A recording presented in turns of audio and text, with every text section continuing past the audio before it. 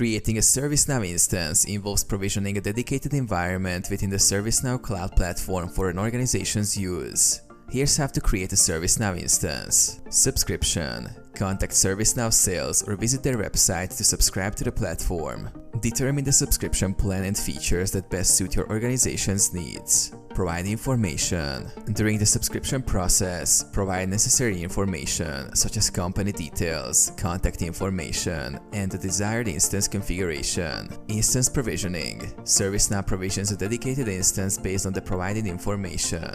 This instance will serve as your organization's environment within the ServiceNow platform. Access credentials. Once the instance is provisioned, ServiceNow provides access credentials, including a URL, username, and password to log into the instance. Administrator setup. Log into the newly created instance using the provided credentials. Set up administrator accounts and configure instance settings according to your organization's requirements. Customization.